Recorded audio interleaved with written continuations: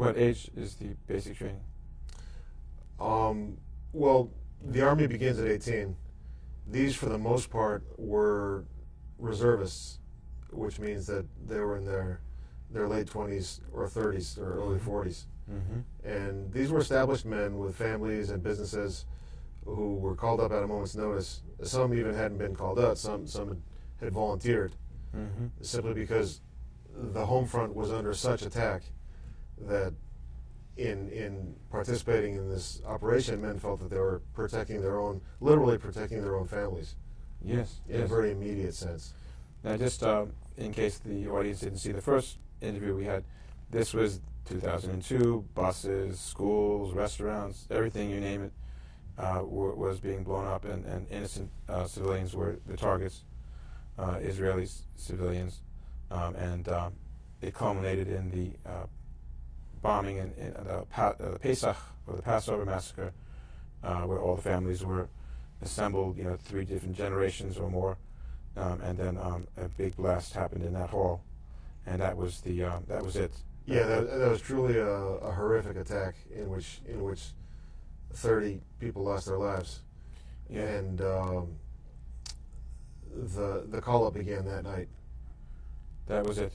Many of the soldiers were religious, so they didn't have their phones on, Mm-hmm. and they didn't find out about it until a little bit later.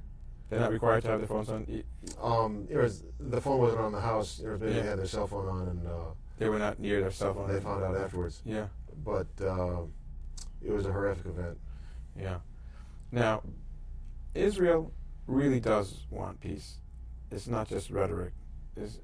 Can you speak to that? I mean, Israel's paid a great price time and again in every withdrawal that they've done. They've given up a lot. In the withdrawal from Sinai, they gave up 2 cities, Yamit and Ophira, or Sharm el-Sheikh. That's a huge swath of land, the Sinai Peninsula. I mean, they gave up oil fields that could have supplied all of Israel's energy needs for Mhm. peace. So Israel has paid a very steep price for peace. Mm-hmm. And the sad thing is that whenever it pays an additional price, it usually ends up paying for having paid the price. Mm-hmm. So that was with Menachem Begin and Sadat. Israel gave up the Sinai Peninsula. There's peace with Egypt, a cold peace, but a peace. And then we have very recently the Gaza communities were disengaged against their will. There was a thriving industry there. There were flower industries that were big suppliers to Europe. Oh yeah, a lot of nurseries. As a matter of fact, one of the soldiers in the book, Shneir Al-Fasi, was from Moshav Katif, Mm. and I spent a good deal of time with him at Moshav Katif, Wow. interviewing him. Okay, well, can you tell us a little bit about him and Moshav Katif? Yeah, he was actually awarded a Medal of Honor for his he was a medic in the company that was trapped in what became known as the bathtub, which was an enclosed area where they fell into an ambush and 9 reservists were killed. Mm. And he was the medic who kept on going back to that area, even while firing was still taking place, to evacuate the wounded. Mm.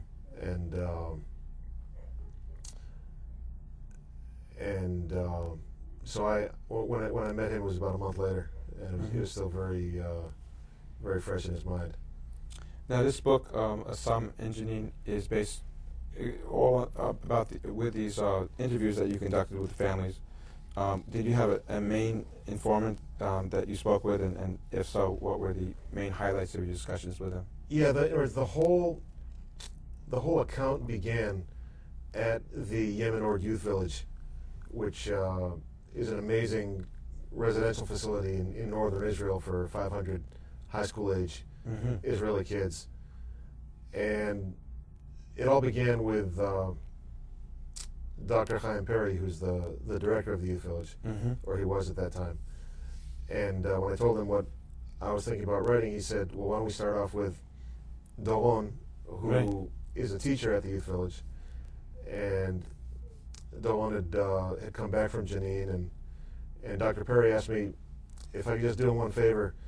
Doron hadn't been sleeping at night since he came back from Jenin, and could I just limit the interview to 2 hours?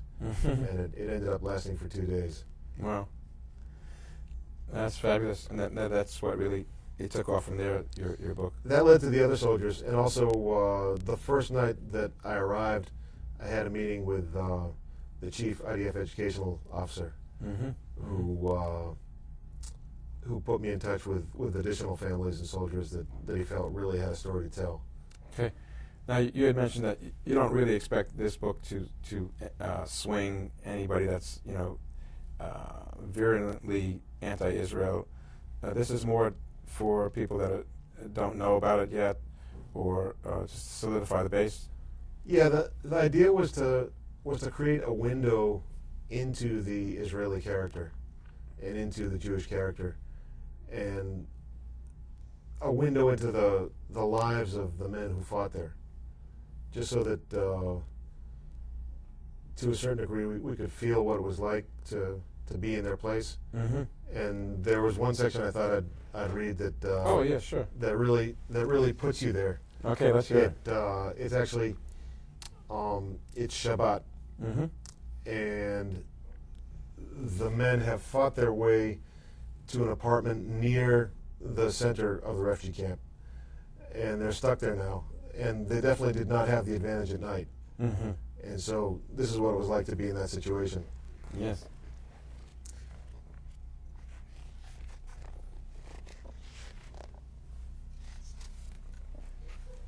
Darkness settled. They nailed carpets to all of the windows, plunging the hideout into complete darkness. The carpets provided scant protection from sniper fire, but they made them less visible and made it slightly harder to lob grenades in through the windows. It wouldn't stop an exploding grenade, but would serve as a barrier if the timing wasn't perfect. Shabbat had begun. A nearby Golani platoon came on the radio. They were taking incoming fire and weren't able to identify the source. Maor looked at the map. The Palchan was the closest force to the Golani platoon. He decided to go out in search of the sniper and chose 8 soldiers for the detachment. As they left, Doron recited Psalm 121, which asked the Almighty for protection.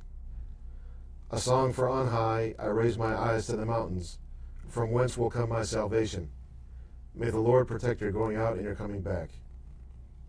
The moment they stepped outside, fire opened up on them from all directions. Maor identified the closest source of fire and led the detachment in that direction. Barak Cohen, the machine gunner, sprayed fire ahead of them. As they covered each corner, Maor radioed for all forces to stay inside.